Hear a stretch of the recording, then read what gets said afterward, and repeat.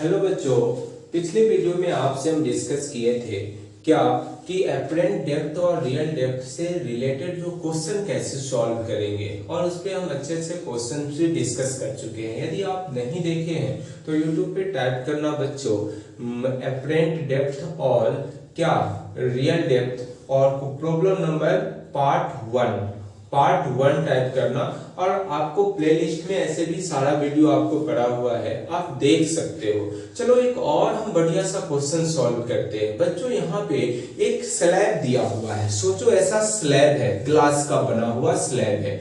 Slab के ऊपर कोई बालक खड़ा हुआ है। देखो यहाँ पे बालक ये है, लड़का कोई बालक माने हैं जो खड़ा हुआ है, और ये स्लैब का जो सरफेस इसको 2 मान लेते हैं और ये सरफेस हमारा 1 मान लेते हैं। कोई परेशानी है कि 1 सरफेस और ये 2 सरफेस, 2 सरफेस से ऊपर खड़ा हुआ है 40 सेंटीमीटर डिस्टेंस हाइट ऊपर बालक, और यहाँ पे ऑब्जेक्ट सरफेस 1 जो है उसके नीचे ऑब्जेक्ट को 20 सेंटीमीटर दूर रखा हुआ है। आपसे पूछ रहा है कि एक्चुअल में यह बालक को कितना मतलब डेप्थ, एपरेंट डेप्थ कितना सीन होगा बालक को, मतलब कहां पे ऑब्जेक्ट फील होगा, इसको देख पाएगा कि कैसा उसको लगेगा कि कहां पे ऑब्जेक्ट है। एक्चुअल में इतना यहाँ पे ऑब्जेक्ट है, लेकिन इस बालक को यहाँ पे ऑब्जेक्ट दिखेगा नहीं, कुछ ऊपर दिखेगा।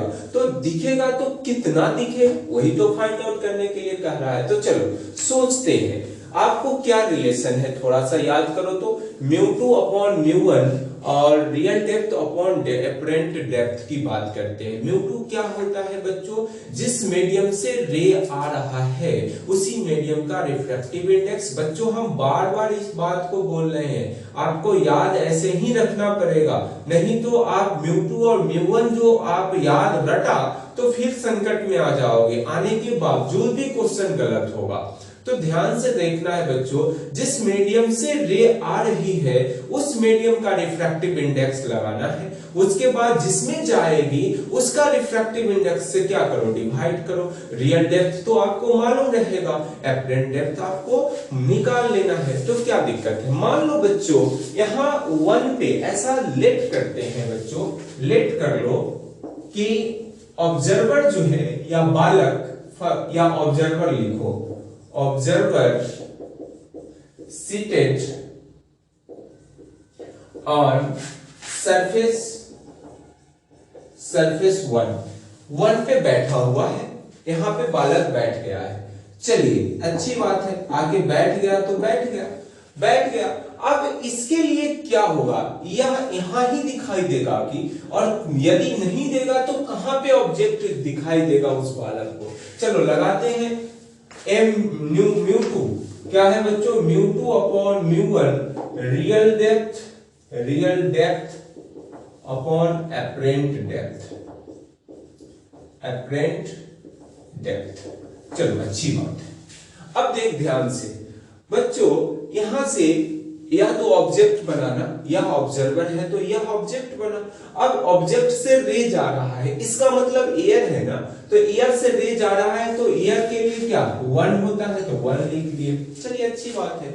उसके बाद जिस मीडियम में जाएगा उसका रिफ्रैक्टिव इंडेक्स, किस मीडियम में जा रहा है तो ग्लास है, 1.5 ले लेंगे। रियल डेप्थ कितना है बच्चों, 20 सेंटीमीटर और डी डैश मान लेते हैं। चलो हो गया, क्या दिक्कत है, क्रॉस मल्टीप्लाई कर देते हैं बच्चों।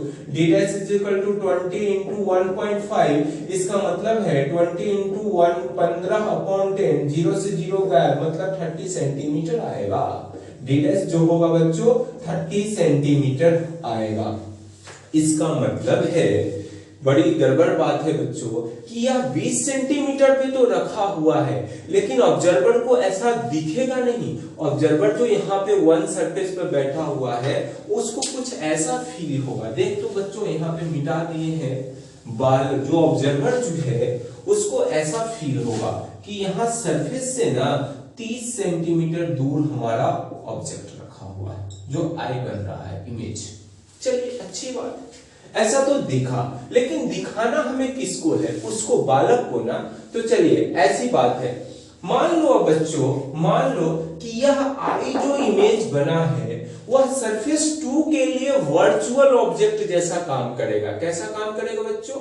आई जो बना इमेज वह सरफेस 2 के लिए वर्चुअल ऑब्जेक्ट जैसा काम करेगा। बच्चों हम मिटा रहे हैं वहां पे, स्क्रीनशॉट लेना है इसको।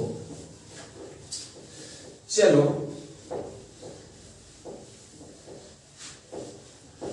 ध्यान से देखो बच्चों, यहां आई मतलब हम देखते हैं आई जो है हमारा वो वर्चुअल ऑब्जेक्ट फॉर सरफेस 2।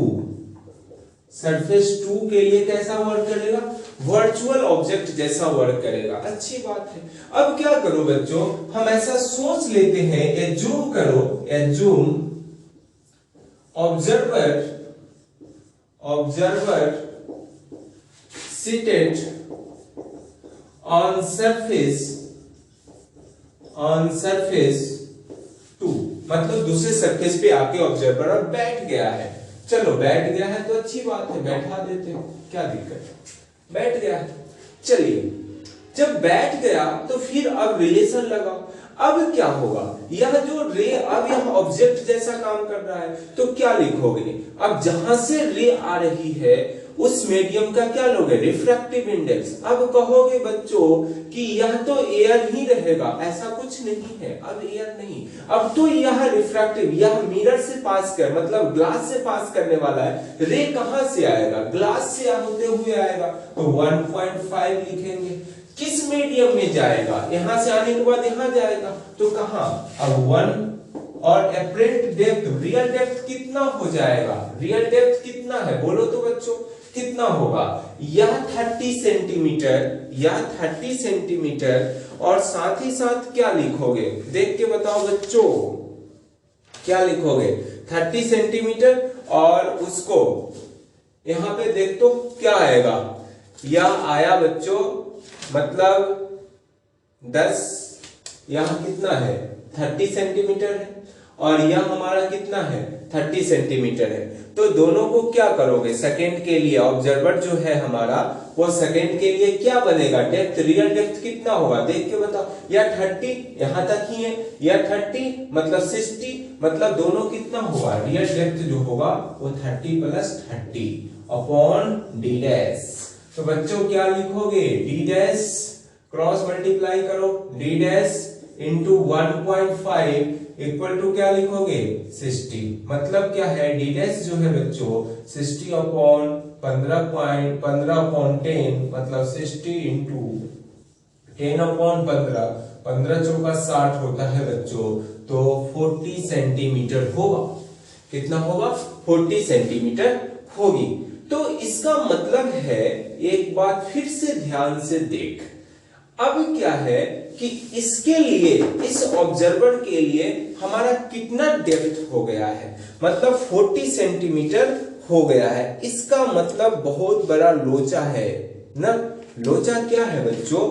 ध्यान से देखो तो, एक तो हमारा 40 सेंटीमीटर आ गया है ना, अभी भी 15, मतलब है कि यह दिख रहा है इस सरफेस से, इस सरफेस से कहां पे? 40 सेंटीमीटर, मतलब यह 30 और यह कितना? यह 30 और यहाँ पे कुछ 10 यहाँ ही मान लो यहाँ पे, तो यह सरफेस से कितना है? 40 सेंटीमीटर डिस्टेंस हो गया ना। अब यहाँ पे आई डैश बनता हुआ नजर आएगा, कोई बात नहीं है, नजर आएगा तो आएगा, लेकिन बालक को कितना डेप्थ दिखेगा? तो एपरेंट डेप्थ जो होगा बच्चों, एपरेंट डेप्थ जो होगी, डेप्थ फॉर बालक तो कितना होगा बोल दो? 40 और ये भी 40, मतलब 40 प्लस कितना? 40 मतलब 80 सेंटीमीटर दूर हमें इमेज बनता हुआ, या एक्चुअल में ऑब्जेक्ट इसको यहाँ पे था वो दिखेगा कि 80 सेंटीमीटर दूर ऑब्जेक्ट का मतलब पोजीशन है, ऐसा ही दिखेगा। तो अब क्या करो, इसमें कुछ भी कर लो। अब क्या करेगा, इसी ग्लास प्लेट को ऐसे घुमा के रख देगा और आपसे डिस्टेंस दे देगा। फिर वही कॉन्सेप्ट, बार बार सरफेस पे ऑब्जर्वर को बैठा दो। ऑब्जर्वर एक सरफेस के लिए जो इमेज बनेगा दूसरे सरफेस के लिए ऑब्जेक्ट जैसा काम कर जाएगा, और फिर ऑब्जर्वर जो है उसको दूसरे सरफेस पे बना दो, बैठा दो, और फिर उससे इमेज का फॉर्मेशन करा के डिस्टेंस निकाल लो, एपरेंट डेप्थ, और फाइनल जो है आप निकाल के बता दो। तो आपको कुछ भी कर ले, क्या केवल स्टाइल ही ना चेंज कर सकता है, या क्वेश्चन इससे अलग आ सकता है कि नहीं आएगा बच्चों। तो इस तरह से और इसमें आता है थोड़ा सा और बच्चों, ऐसा है मान लो कि यहाँ पे एक ग्लास सरफेस है ये, तो अब ऐसा है कि कुछ वाटर कंटेनर लिया गया है और वाटर भर दो, उसमें ग्लास लगा दो। इससे भी क्वेश्चन बहुत अच्छा सा बनता है बच्चों। अगले वीडियो में हम उसको डिस्कस करेंगे। तब तक के लिए आप इससे रिलेटेड जो भी क्वेश्चन जहां से मिले वहां से बनाइए, और पूरा वीडियो को आपको देख लेना चाहिए, और फिर हम अगले क्लास में उसका भी कॉन्सेप्ट हम डिस्कस कर लेंगे ना। That's it.